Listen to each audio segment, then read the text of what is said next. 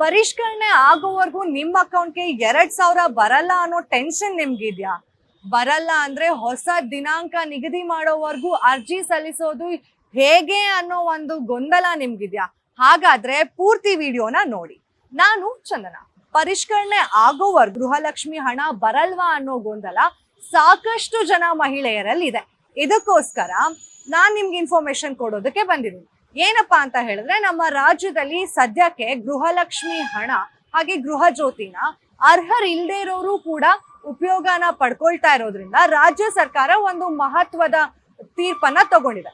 ಏನಪ್ಪಾ ಅಂತ ಹೇಳಿದ್ರೆ, ಯಾರೆಲ್ಲ ಫಲಾನುಭವಿಗಳಿದ್ದಾರೆ ಅವ್ರಿಗೆ ಮಾತ್ರ ಈ ಗೃಹಲಕ್ಷ್ಮಿ ಹಣ ಹೋಗ್ಬೇಕು, ಯಾರೆಲ್ಲ ಅನರ್ಹರಿದ್ದಾರೆ ಅವ್ರಿಗೆ ಬೇಡ ಈ ಹಣ ಅನ್ನೋ ಒಂದು ಕಾರಣದಿಂದಾಗಿ ಪರಿಷ್ಕರಣೆ ಮಾಡೋದಕ್ಕೆ ಈಗಾಗಲೇ ರಾಜ್ಯ ಸರ್ಕಾರ ಮುಂದಾಗಿದೆ. ಈ ಪರಿಷ್ಕರಣೆ ಇನ್ನೊಂದು ವಾರದಲ್ಲಿ ಮೊಬೈಲ್ ಅಪ್ಲಿಕೇಶನ್ ಮುಖಾಂತರ ಸರ್ವೆ ಮುಖಾಂತರ ನಡೀತಾ ಇದೆ. ಸರ್ವೆ ಮಾದರಿಯಲ್ಲೇ ಈ ಒಂದು ಪರಿಷ್ಕರಣೆ ನಡೀತಾ ಇದೆ.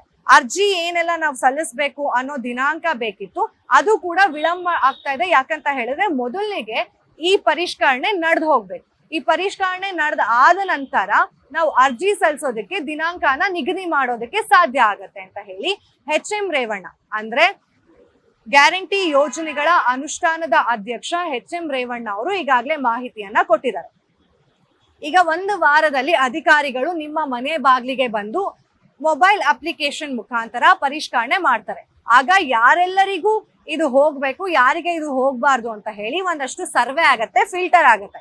ಯಾರೆಲ್ಲ ಅರ್ಹರಿದ್ದಾರೆ ಅವರಿಗೆ ಈ ಯೋಜನೆಗಳು ಹೋಗುತ್ತೆ, ಯಾರೆಲ್ಲ ಅನರ್ಹರಿದ್ದಾರೆ ಅವರಿಗೆ ಈ ಯೋಜನೆಗಳು ಹೋಗೋದಿಲ್ಲ. ಹಾಗಾಗಿ ಮೊದಲಿಗೆ ಪರಿಷ್ಕರಣೆ ಆಗ್ಬೇಕು. ಪರಿಷ್ಕರಣೆ ಆದ್ಮೇಲೆ ನಿಮಗೆ ಅರ್ಜಿ ಸಲ್ಲಿಕೆಗೆ ಅವಕಾಶ ಮಾಡ್ಕೊಡ್ತಾರೆ. ಅರ್ಜಿ ಸಲ್ಲಿಕೆಗೆ ಅವಕಾಶ ಮಾಡ್ಕೊಡ್ಬೇಕಂದ್ರೆ ಮೊದಲಿಗೆ ಸರ್ವೆ ಆಗ್ಬೇಕು.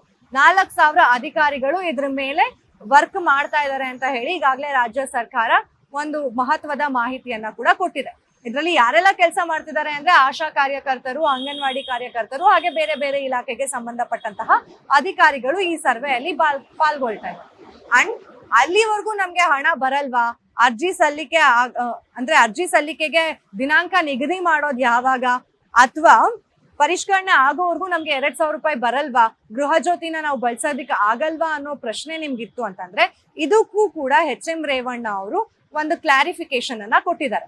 ನಿಮ್ಗೆ 2,000 ರೂಪಾಯಿ ಹಣ ಬರುತ್ತೆ. ಗೃಹ ಜ್ಯೋತಿ ಆಗ್ಲಿ ಗೃಹಲಕ್ಷ್ಮಿ ಆಗ್ಲಿ ಪರಿಷ್ಕರಣೆ ಆಗೋವರೆಗೂ ಕೂಡ ನಿಮ್ಮ ಖಾತೆಗೆ ಅಂಡ್ ನೀವು ಮನೆಗೆ ಕರೆಂಟ್ ಅನ್ನ ಬಳಸ್ಕೋಬಹುದು.